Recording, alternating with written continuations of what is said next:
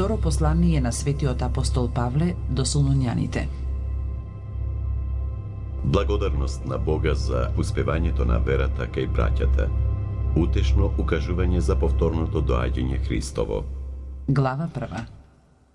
Од Павла, Силвана и Тимотеја до црквата Солунска во Бога Отецот наш и Господа Исуса Христа, благодат вам и мир од Бога Отецот наш и Господа Исуса Христа. Должни сме секогаш да му благодариме на Бога за вас, браќа, онака како што прилега, затоа што верата ваша необично многу расте, а заемната љубов кај сите вас да изобилува. Така што ние самите да се фалиме со вас во Божите цркви за вашето трпение и вера при сите прогони и маки што ги поднесувате. Тоа е доказ за праведниот Божи суд, дека вие ќе се удостоите со Царството Божјо за кое страдате. Бидејќи справедливо е пред Бога да им ги врати маките ваши на оние што ве мачеа, а вам, на мачените, да ви даде утеха заедно со нас, кога Господ Исус ке се јави од небото со ангелите на својата сила, во пламенен оган, да им се одмаздува на оние кои не го познаваат Бога, кои не се покоруваат на благовестието на нашиот Господ Исус Христос и кои со вечна погибел ќе бидат казнети од лицето на Господа и од славата на Неговата моќ, кога ќе дојде Он, за да биде прославен во оној ден среде своите светии и да му се восхитуваат сите оние што поверуваа, а исто така и вие, бидејќи со вера го примивте нашето сведоштво. Затоа и се молиме секогаш за вас, да ве удостои нашиот Бог за звањето и да исполни со сила секоја желба за добрина и секое дело на верата, да се прослави во вас името на нашиот Господ Исус Христос и вие во Него во благодатта на нашиот Бог и на Господа Исуса Христа.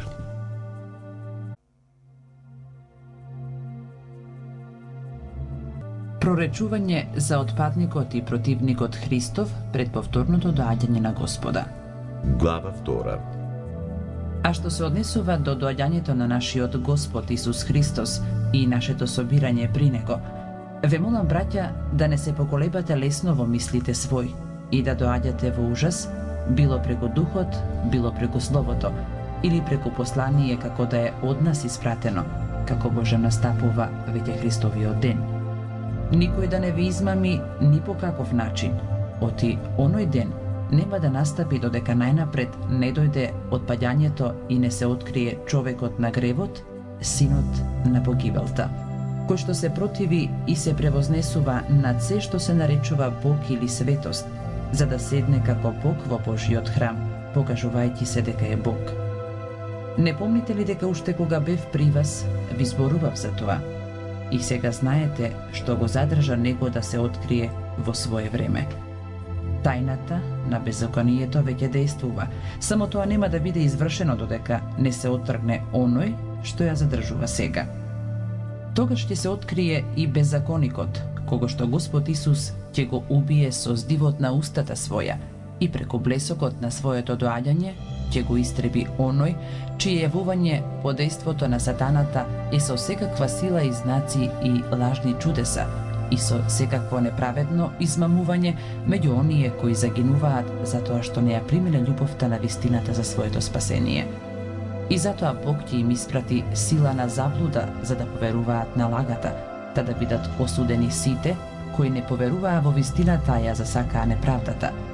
Ние пак сме должни да му благодариме на Бога за вас секогаш возлюбени од Господа браќа, затоа што од почетокот преку осветувањето од Светиот Дух и преку верата во вистината, Бог ве избра за спасение, кон кое ве повика преку нашето благовестие за да ја придобиете славата на нашиот Господ Исус Христос. И така, браќа, стоите и држете ги преданијата што ги научивте, било преку нашето слово, било преку нашето послание.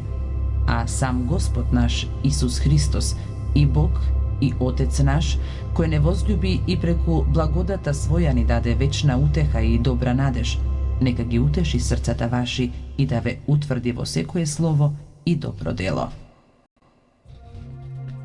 Треба да му се молиме на Бога за да ја благослови апостолската служба. Glava 3. Потоа, браќа, молете му се на Бога за нас, та Словото Господово да се распространува и да се слави на секое место, како и меѓу вас, и да се избавиме од жестоки и злобни луѓе, бидејќи не сите имаат вера. Но верен е Господ, кој ќе ве утврди и запази од лукавиот. Ние сме уверени за вас во Господа дека го вршите и дека ќе го вршите она што ви го заповедаме. А Господ нека ги управи срцата ваши кон љубовта Божја и трпението Христово. Ви заповедам, браќа, исто така, во името на нашиот Господ Исус Христос, да се двоите од секој брат кој живее неуредно, а не според преданието што го добија од нас. Сами знаете како треба да се угледате на нас, бидејќи ние не живеевме неуредно при вас, ниту пак при некого јадевме леп дарум, туку работевме со труд и мака дење и ноќе, за да не додеваме на никого од вас. И не поради тоа што немавме власт, туку за да бидеме пример, да се угледате на нас. Зашто, кога бевме меѓу вас, ви го заповедавме ова, дека кој не сака да работи, нека и не јаде. Но слушаме оти некои од вас живеат неуредно, ништо не работат, туку се занимаваат со празни работи. На таквите им заповедаме и ги молиме во нашиот Господ Исус Христос да работат мирно и да го јадат својот леб. А вие, браќа, не паѓајте со духот кога вршите добро. Ако некој не ги послуша нашите зборови од ова послание, означете го и не дружете се со него, за да се посрами. Но не сметајте го за непријател, туку поучувајте го како брат. А сам Господ на мирот нека ви даде мир секогаш и во секое дело. Господ нека е со сите вас. Своерачен поздрав од мене, Павла, тоа е белек во секое послание. Јас пишувам така. Благодатта на нашиот Господ Исус Христос нека биде со сите вас. Амин.